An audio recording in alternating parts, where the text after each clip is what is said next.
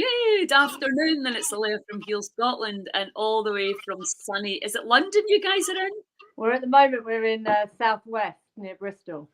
Oh, right, near Bristol. Yeah, we have Rachel and Joe, who are Zendeavors. Thank you so much, guys, for joining us. How are you doing? Good. We are Very ready good. for this live because you are the reason that we exist on the earth. But as Zendeavors, you are to blame for it all. Yeah, it's all your fault. Happy to take the blame. Happy to take the blame.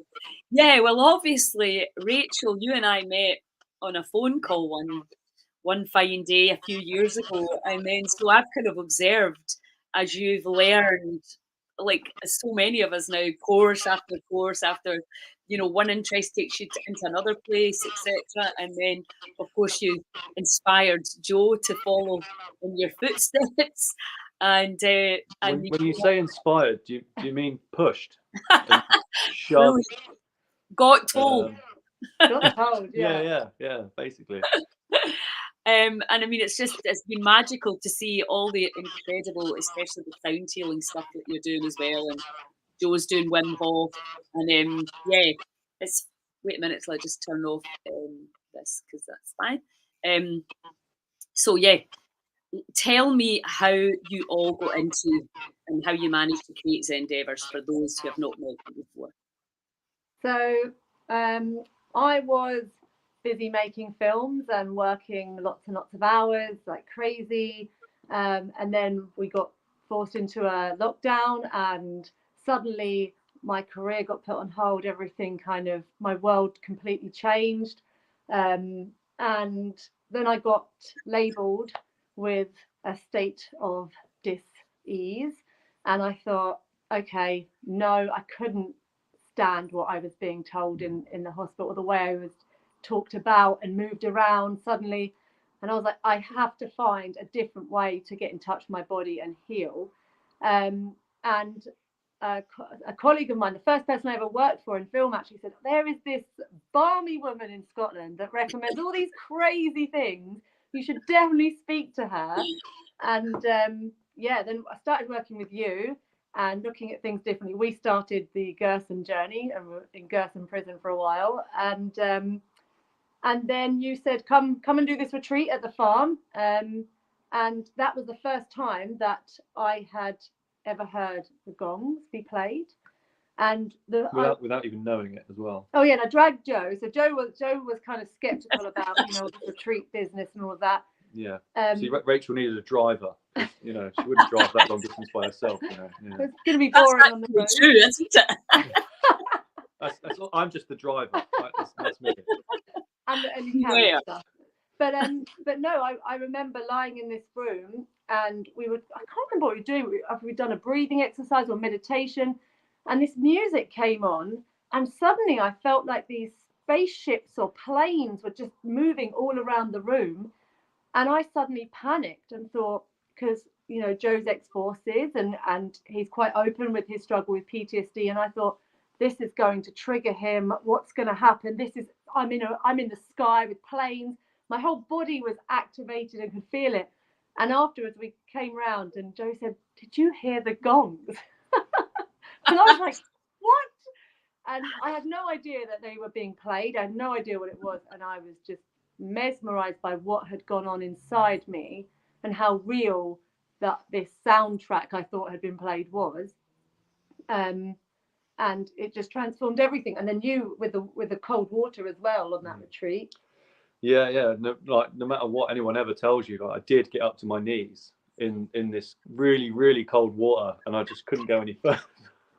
I've still got a picture of that in my head. You're just here's somebody that's been to war. Yeah, but it's hot. It's hot, Lydia. It's nice and warm. Hot war. Yeah. But what was amazing about that is when he was standing up to his ankles in that first bit of water, is that he froze, terrified of the idea of cold shock, and that afterwards that resistance made him curious enough to start cold showering, getting in the cold. We both studied a bit about cold water so we could introduce it to others, and now just after the festival he'll be fully qualified as a Wim Hof instructor. So realistically, obviously you know, we've done a lot of work since then, but that retreat that you told me I was coming to changed everything. And I couldn't justify 16-hour days or industries that weren't fulfilling, because when you start working with sound and cold and breath and yoga, you suddenly, it's, you know, it's such an exchange of energy, and everybody is there to kind of learn themselves, and then as a kind of side result, they connect with everyone else around them. It's lovely. Yeah, so but you guys really, I mean, at the festival last year, you did a sound bath, and I told you it's one of the best I've ever had. I absolutely loved it. And but you've gone really quite deep in terms of the science, and because the science that's coming out right now around it is mind blowing. And also, interestingly, one of the girls at the Goddess Gathering, she didn't. It's not gongs, but it's inner dance. Mm-hmm. And she said she just, the first time she did it, she saw a vision. She's never seen one since, but she just had this perfect vision of this goddess.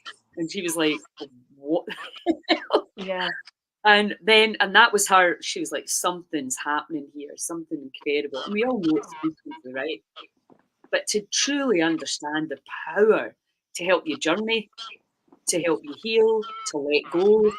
Yeah. And I think for the Western mind, you know, to lie down and just listen, it's just such a lovely thing to do, isn't it? It's so powerful. And I mean, I think you'll talk more about the experience of it, but I'm loving the science of it, and I'm getting to know it. And again, the more you start to learn, the more you realize there is to learn, and that everything is vibration. And what like blows my mind, and that I always say to people now, is that we look at sound as a wave, and that's how we're taught to look at it, because as humans, that's how we put it on a graph.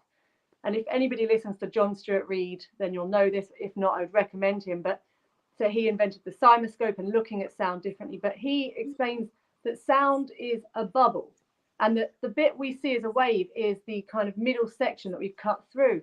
So every sound we're making is expanding outwards at 760 something miles an hour, and moving through and just going everywhere. And what is actually happening is that atoms and molecules are bumping into each other. There is this very physical thing happening, but we're so used to going, oh, it's just something we hear. Why does it feel so strong? And it's so scientifically explainable, and therefore the power of it should be so apparent, yet we're still so disconnected from even what sound looks like.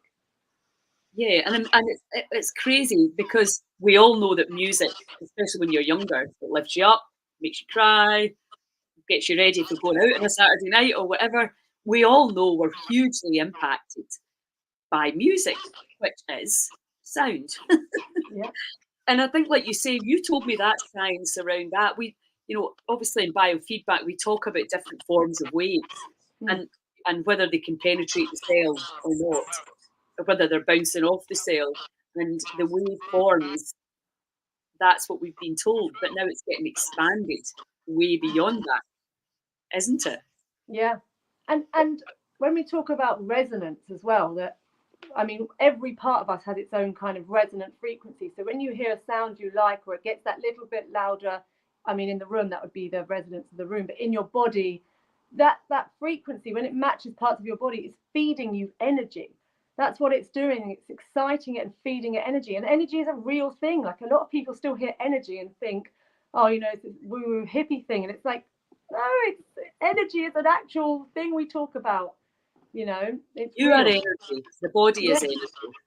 Vitamins are energy. Food is energy. So we're not. I mean, we know that with the Genius, we can feed people bath flower remedies, essential oils, amino acids with sound. Yes, because you can absolutely match the frequency of vitamins, minerals, and you know whatever it is, protein, anything. It's all movement, and it's.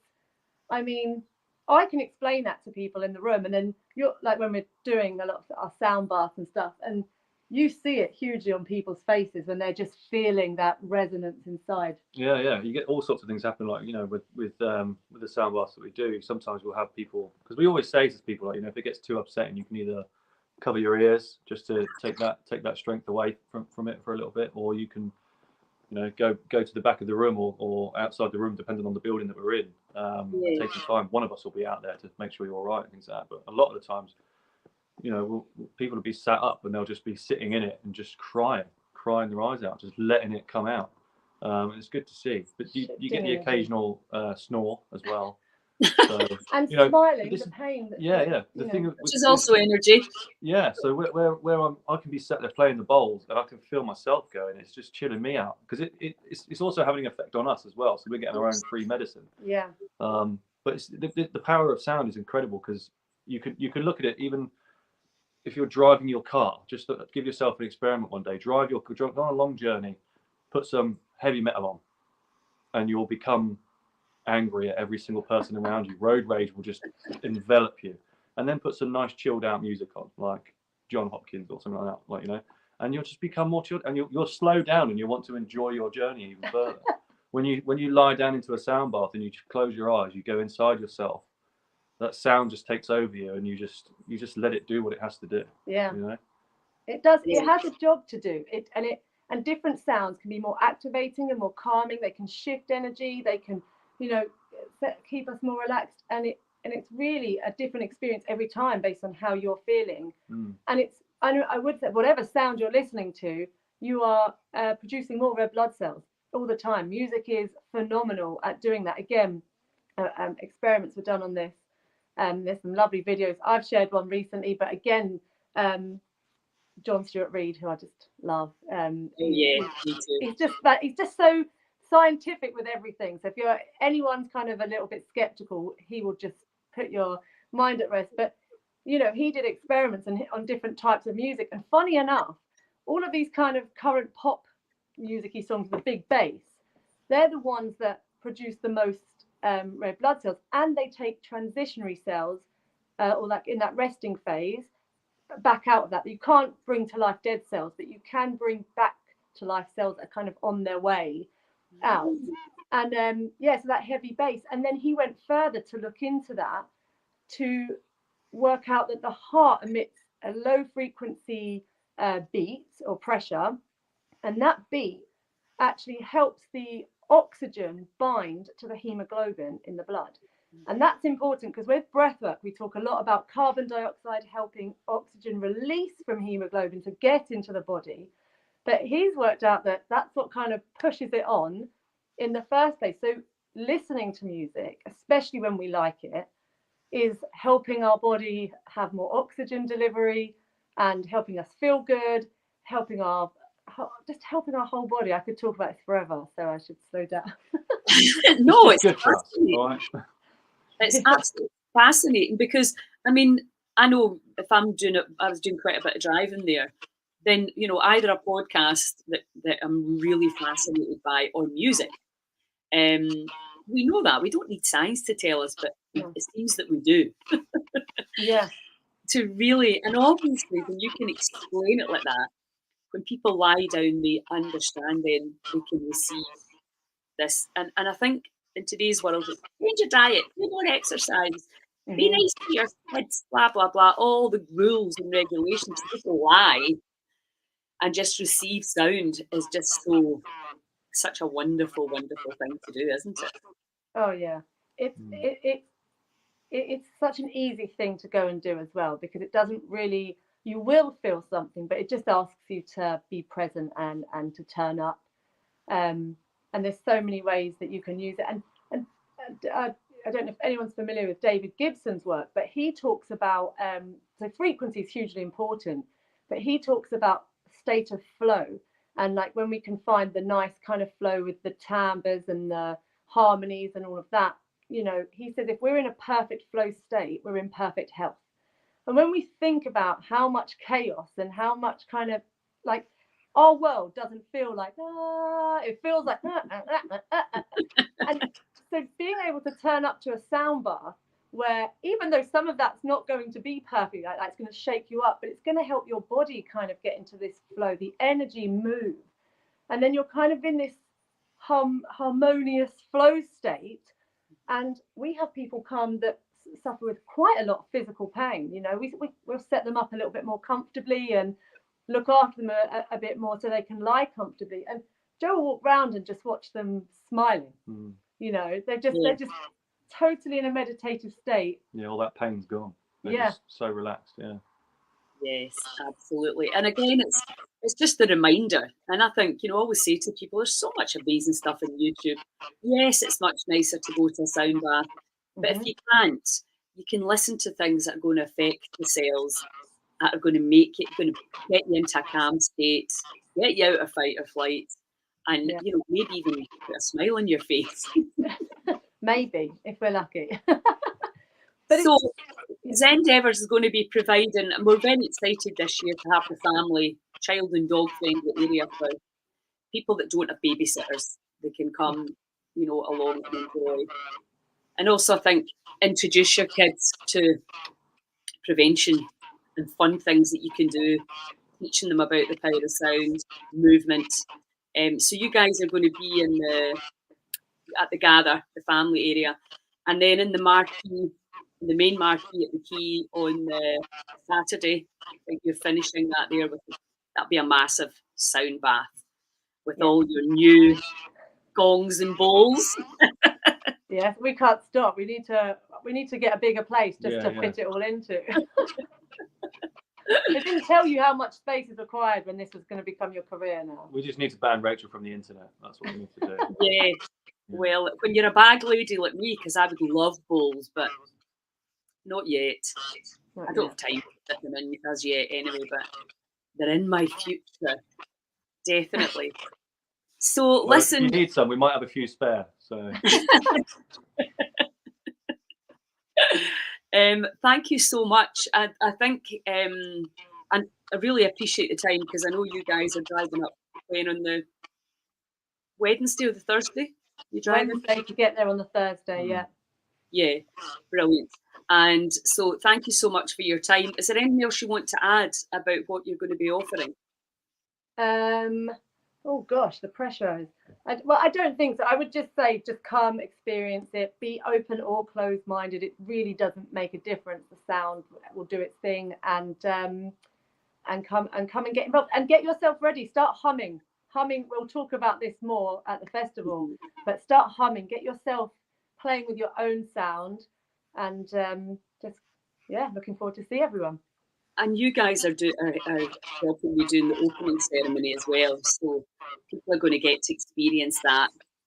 And you're going to be doing some yoga with the kids and some sound with the kids, so they're going to get to see you basically at all the different venues. The full programme is on the website, so people can find everything that's going on there. So listen, thank you so much. And I look very much. It's only 3 weeks away. It's not long to go, no. I know, fantastic.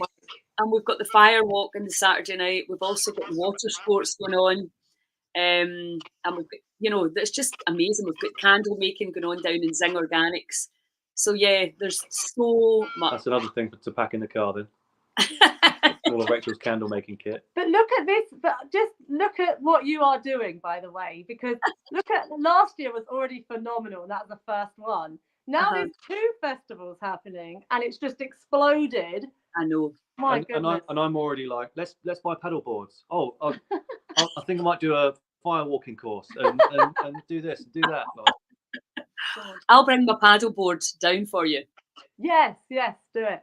So we keep going to the shop. I keep saying I'll have that one, you can have that one. So I think we'll probably have our own by then. I've got to wear her down a little bit. That's all. Well, listen, thanks a million, guys, for giving me your time, and I look very much forward to seeing you in 3 weeks. Awesome. Take care, Lillian. Thank you. Okay, bye, Zendeavors. Ciao. Bye.